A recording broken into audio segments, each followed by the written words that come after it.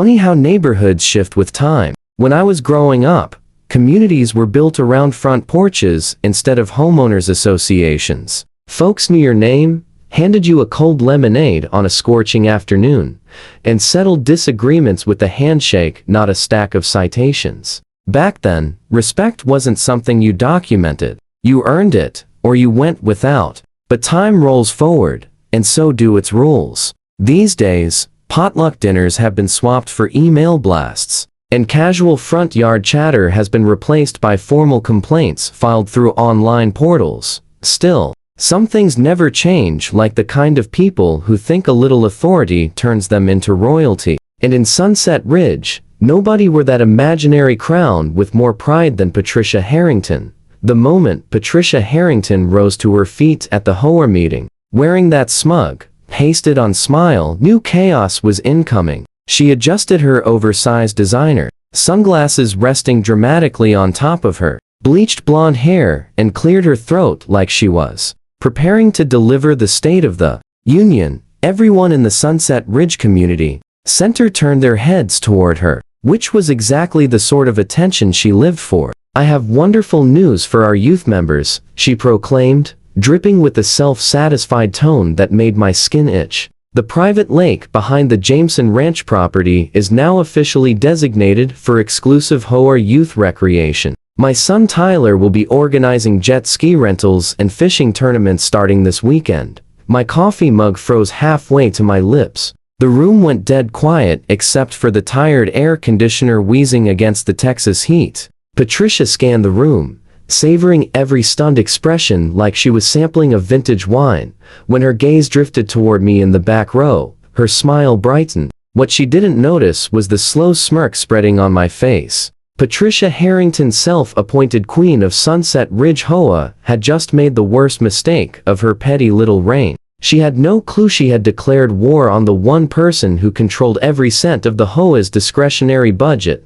"My name is David Jameson, and I've owned the Double Oak Ranch for 15 years. The property stretches across 40 acres on the edge of Sunset Ridge, including a pristine 12-acre spring-fed lake my grandfather dug back in the 1950s. When the developers built this cookie-cutter subdivision a decade ago, they begged me to grant limited community access to the lake for special events. Wanting to be neighborly, agreed under strict conditions, all outlined in a legally binding contract.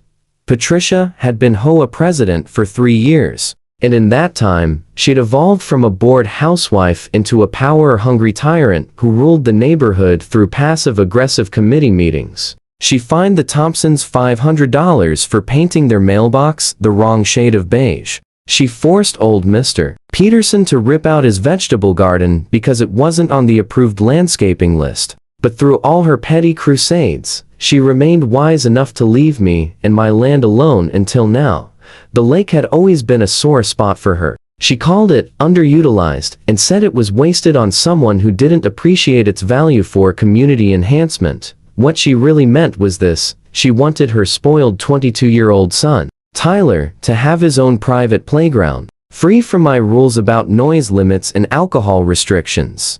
3 days after that meeting, I woke up to discover bright yellow signs plastered around my lake. "Reserved for HOA youth recreation, authorized personnel only," they shouted in bold lettering. A crudely built wooden dock stuck out over the water, clearly slapped together by amateurs with no permits or safety measures. Beer cans bobbed along the shoreline, and fresh ATV tire tracks sliced across my carefully maintained grass. My phone had been buzzing non-stop since sunrise. Margaret Chen from 2 streets over complained that music blasted until 3 o'clock am. Robert Mills reported kids doing donuts on jet skis, sending waves crashing into his backyard and eroding the soil. Even Patricia's loyal supporters were fed up with the noise and trash. That afternoon, I drove to the HOA office, kicking up dust along the gravel road. Patricia sat behind her desk like a monarch on a throne, her perfectly manicured nails tapping rhythmically on her phone. She didn't even look up when I walked in. "Patricia," I said calmly, though my temper simmered under the surface. "We need to discuss the lake." She waved her hand like she was brushing away a pesky fly. "Oh, David, don't be so dramatic. The HOA board voted to reassign usage rights for the good of the community. Everything is completely legal. That's so? I replied, settling into the chair across from her. And when exactly did this vote occur? Executive session, she answered in a syrupy sweet voice. As president, I have discretionary authority over recreational spaces. My private property, I reminded her, is not an HOA recreational space.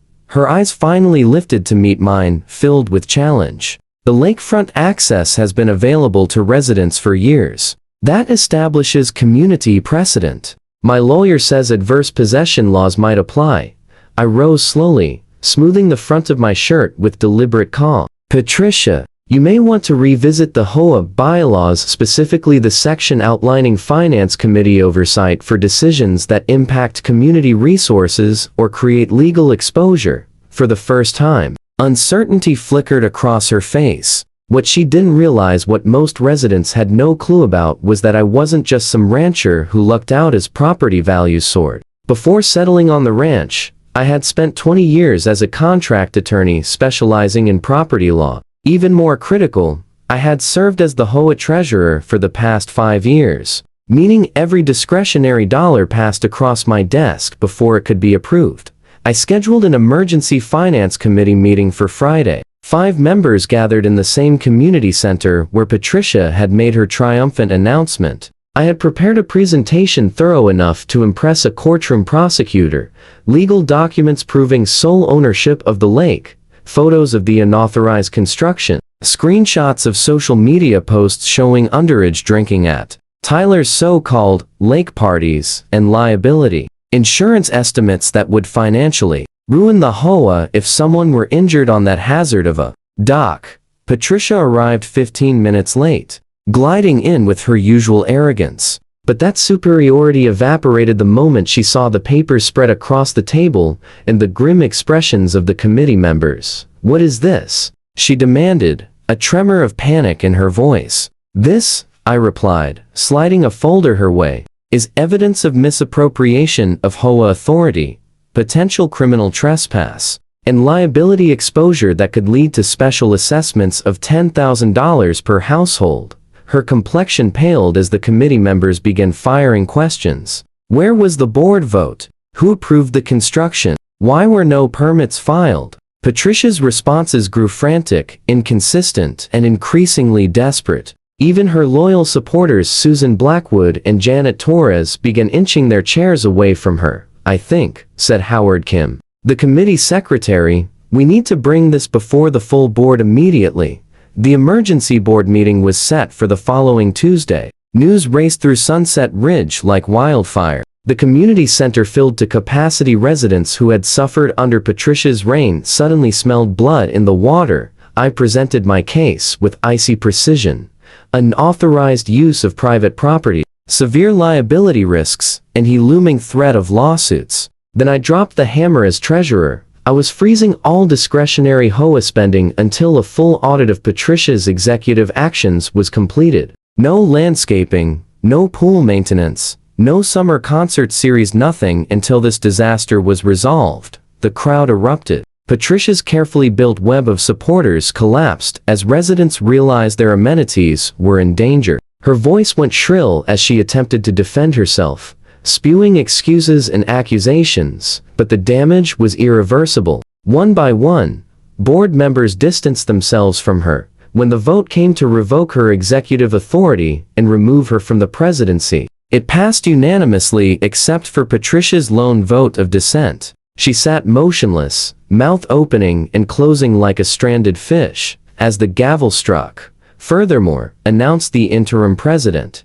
"access to Jameson Lake is hereby terminated for all HOA members until proper agreements are negotiated with the rightful owner." That night, around p.m., drove past the lake. Call it intuition, or just understanding the Harrington family too well. Sure enough, there was Tyler, along with 2 friends, attempting to remove the posted signs under the cover of darkness. My truck's headlights washed over them just as I snapped photos.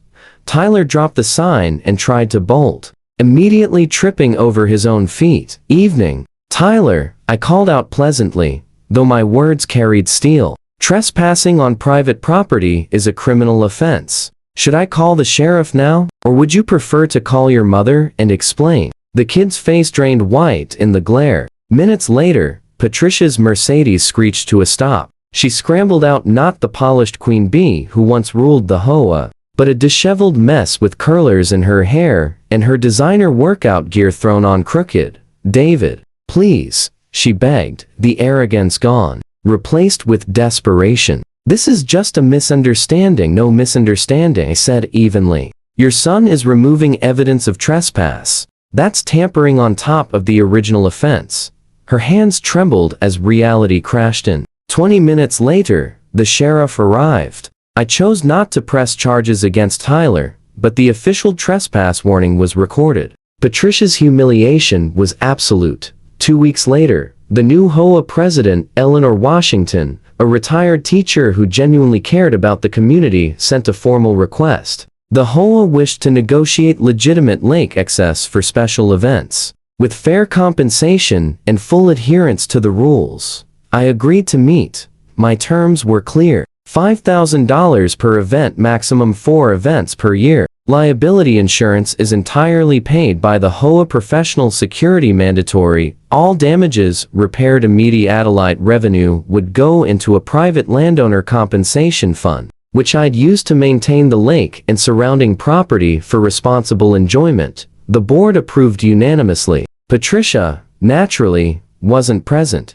She and her family were permanently banned from the lake, a reality that clearly stung as she watched from her back deck while other families enjoyed what she had attempted to seize. The last time I saw Patricia was at the grocery store. She tried to dodge into another aisle, but I caught her gaze and offered a friendly wave. The woman who once terrorized Sunset Ridge with citations and power trips couldn't even look me in the eye. Her son, Tyler, had moved back in after struggling to find work, and rumors floated that they were considering selling their home. As for the HOA, it flourished under Eleanor's leadership. The lake became the community's pride, well managed, respected, and enjoyed appropriately. Everyone learned a valuable truth: never mess with someone's private property, especially when that someone controls your budget. If watching an HOA tyrant get crushed by the legal process made your day, hit that like button. And if you want more stories where the paperwork hits harder than the drama, subscribe and tap the bell. Some battles are quiet, but they hit loud.